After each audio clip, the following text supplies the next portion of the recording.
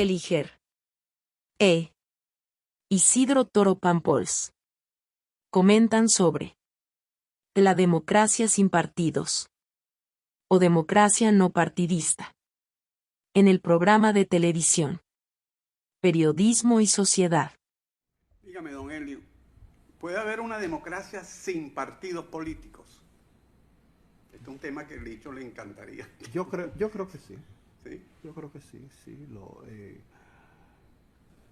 Puede ser que las postulaciones a los cargos selectivos se haga. Yo, un ciudadano de este país, hay elecciones, yo voy y me inscribo. Claro, eso tendría que tener algún cierto de reglamentaciones, porque entonces podrían inscribirse más postulantes que electores. Bueno, Eso la puse en China ya. Sería un absurdo casi kafkiano, ¿no? Sí. Pero fíjese la definición: democracia sin partido, democracia no partidista, es un sistema de gobierno representativo donde las elecciones se realizan sin la intervención de partidos políticos. En este modelo los candidatos se postulan a título individual basándose en sus propios méritos, propuestas y reputación, en lugar de seguir una plataforma partidista. O sea, se impone el mérito personal sobre el partido. Sobre la presentación colectiva de un partido. La plataforma partidaria. Ahora, hay ejemplos históricos. Por ejemplo, en la antigua Grecia eso era así. Sí.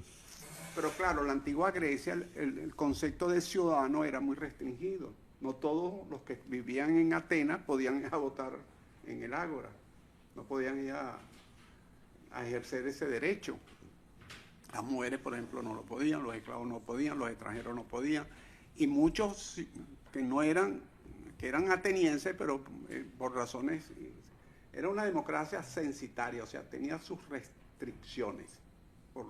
No tenían propiedades, etcétera, no podían. Pero en las primeras administraciones del gobierno norteamericano, cuando George Washington, era así. Se votaba por personas para el Congreso. No se votaba por partido, no existía que si el partido. Inclusive el Partido Demócrata y el Republicano fue el primer partido que se fundó y se llamaba Partido Demócrata Republicano. Estaban unidos, después se separaron. En México, durante el gobierno de Benito Juárez, y por ahí tenemos una foto de don Benito Juárez, un héroe realmente hispanoamericano. Bajo la presidencia de Benito Juárez se estableció un sistema político democrático donde los partidos no participaban. Sí, las facciones del Partido Liberal, habían grupos, pero las elecciones eran individual, no era por partido. No olvidemos que en la época que gobernó Benito Juárez, primero enfrentó una terrible guerra civil que duró 2 o 3 años, y luego enfrentó la intervención francesa, que colocaron de emperador de México a Maximiliano. ¿Qué se llamaba? Maximiliano. Sí. Maximiliano. Entonces, ellos ejercieron en esos... Benito Juárez fue presidente en 1867 a 1876, esos 10 años, ¿no? En Uganda, en el año 2005, en Uganda, en 1986, en un referéndum eliminaron los partidos políticos y se estableció el sistema de elección personal, unipersonal, en Uganda. Luego, en otro referéndum en el año 2005, lo eliminaron. Parece que la experiencia no les dio fruto.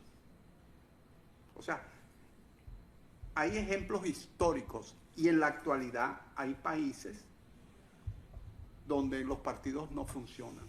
Funciona una democracia directa. O funciona no una democracia directa, sino sistemas políticos donde no hay partidos políticos, valga la redundancia, y hay instituciones que la ciudadanía escoge a los representantes de forma directa, no a través de partidos políticos o de gremios, porque no solamente es partidos políticos, sino de gremios, por ejemplo, los colegios profesionales, etcétera, Lancen. Es una forma que utilizó mucho el fascismo italiano en sus orígenes.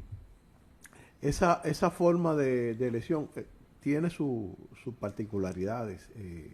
Porque, ¿qué puede ocurrir? O sea, en una democracia los partidos constituyen una forma de equilibrio frente al poder del Estado, de cuestionamiento, de orientación de la población. Entonces, ¿qué ocurriría trasladándonos al país? ¿Qué ocurriría si elimináramos todos los partidos? Bueno, la teoría dice que eliminan el clientelismo. Se elimina el clientelismo. Eliminan la polarización. Por ejemplo, si usted analiza los resultados electorales en República Dominicana desde 1961 hasta hoy, hasta el 2024, República Dominicana ha ido en un péndulo de bipartidismo a tripartidismo. Por un tiempo un tripartidismo, pero luego un tercer partido se disminuye y vuelve a un bipartidismo. Estamos en un momento de tripartidismo en esto. ¿Usted cree que hay tripartidismo Sí, o bipartidismo? No, porque el PLD es un partido que llegó de tercero, pero es un partido con fuerza que puede recuperarse. Entonces, pero usualmente eso dura poco, dura un par de periodos. Y tiende a volver al bipartidismo, entonces el tercer partido se va reduciendo y termina aliándose a alguno de los dos grandes. Entonces, esa es una de las ventajas que la gente dice que tiene. Y que cuando hay una elección directa, por ejemplo, usualmente eso se hace por circunscripciones electorales unipersonales o plurinominales, pero de 2 o 3 candidatos. No es como, por ejemplo, en uno de las circunscripciones de la provincia de Santo Domingo que se escogen 11 diputados. No. Son circunscripciones de 1, 2 o máximo 3 diputados, donde el elector vota por uno de ellos y en teoría se establece como una especie de mayor relación, una mayor conexión entre el elector y el elegido.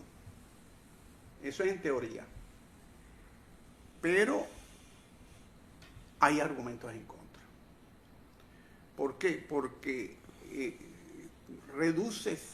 los partidos tienen un efecto de ser caja de resonancia de los grandes problemas de la sociedad. Correcto.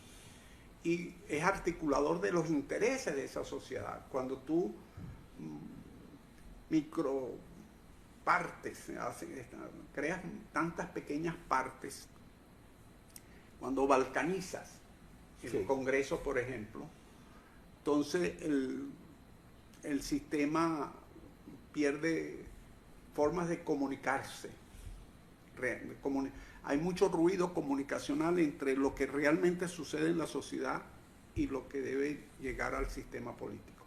Lo que sucede es que esa función de los partidos políticos hoy no la ejercen muchos partidos políticos. Estoy hablando en general en Hispanoamérica. No la ejercen. Esa postura de vigilar. De ser caja de resonancia, de ser articulador de los intereses de la sociedad con el Estado. Porque es una función de los partidos, sea del gobierno o de la oposición. Es su función. No la ejercen y entonces se han ido desnaturalizando, transformándose primero en lo que llaman un partido captura todo. ¿Qué es un partido captura todo?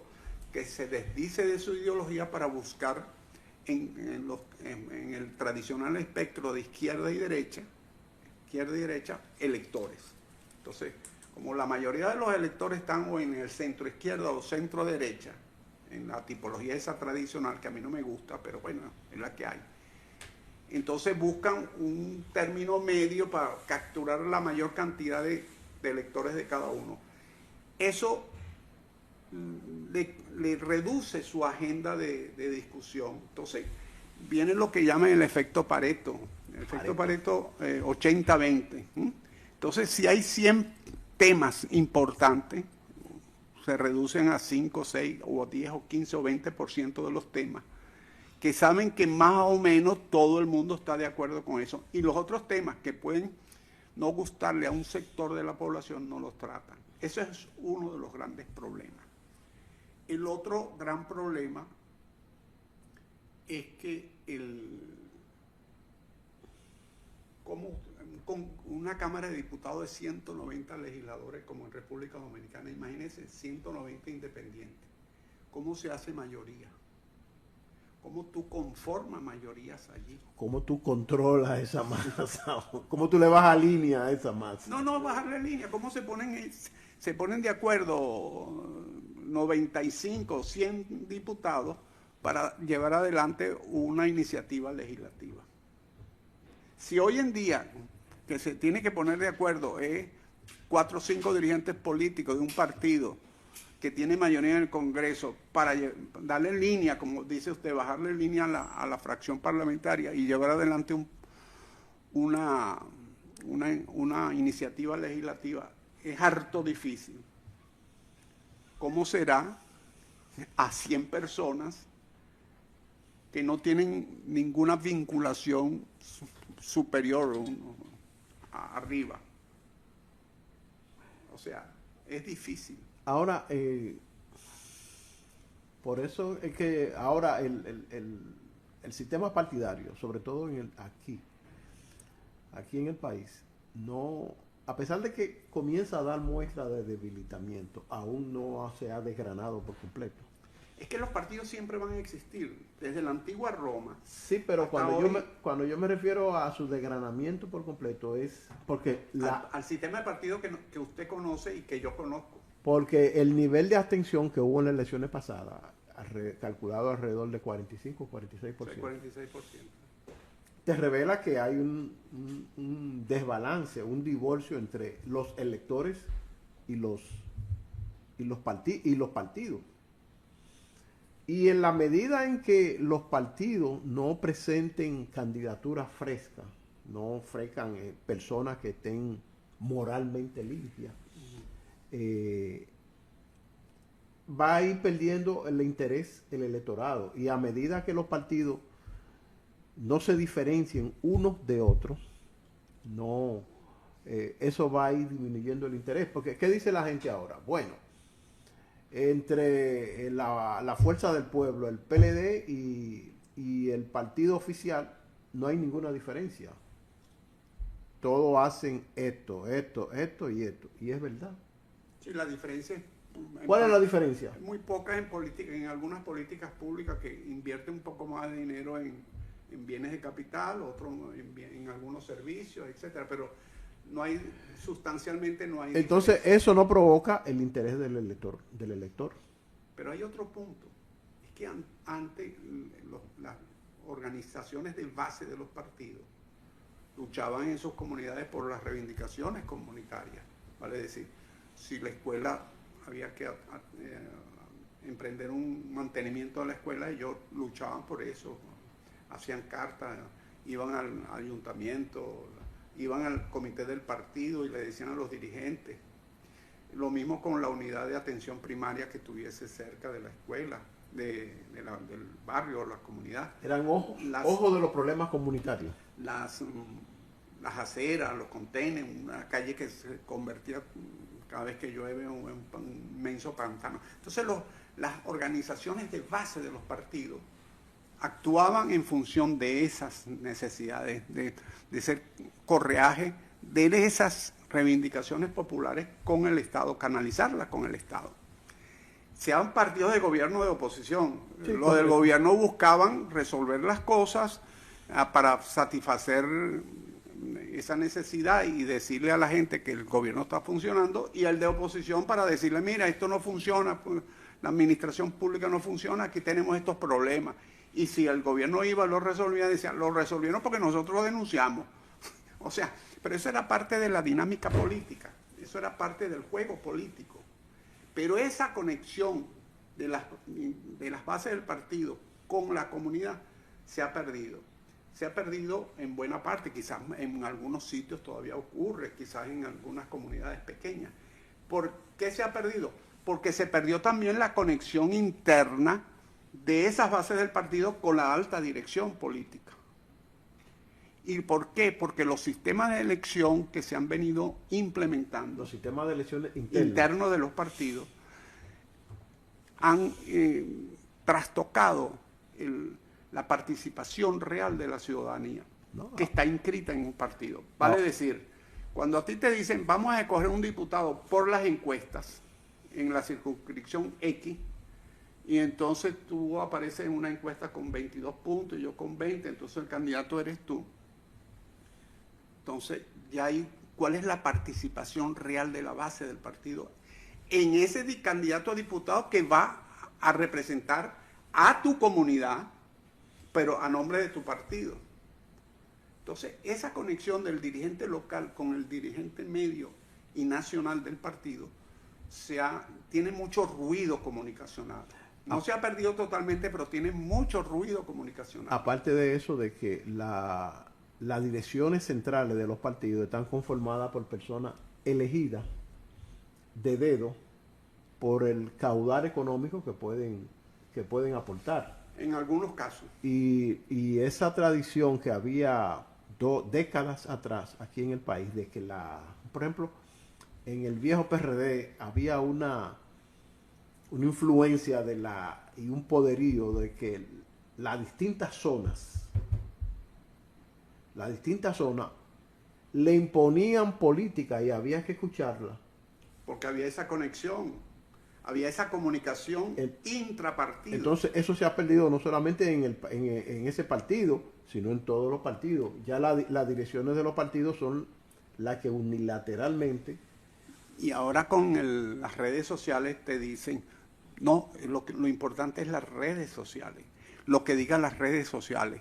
No, pero es que el internet te dice esto, el Instagram, el X, el otro, pero se olvidan de que en ciencias políticas y particularmente en la psicología social existe la cámara de eco. ¿Qué es la cámara de eco?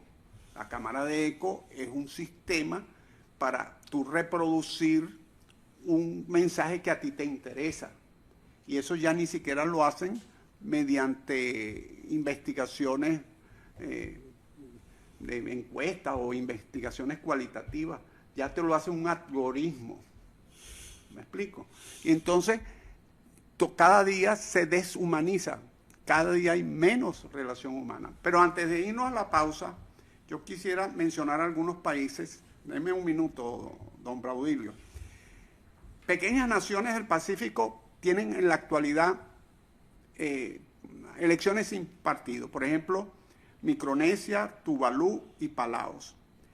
Naciones del Golfo Pérsico, que son monarquías, pero tienen unos parlamentos que les sirven como de asesoría, hacen elecciones sin partidos políticos.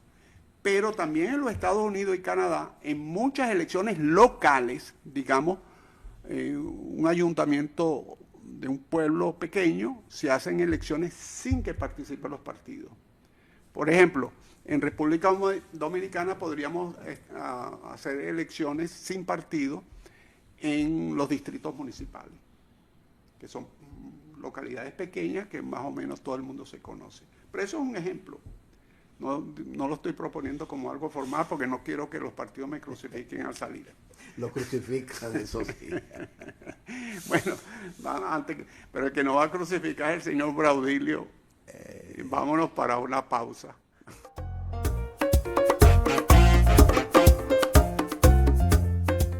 En Vía Alternativa no somos deterministas. Creemos en una mesa de encuentro donde se practique la libertad de pensamiento sobre la base de la escuadra de la razón y el compás de la comprensión. Gracias por su atención y hasta el próximo video.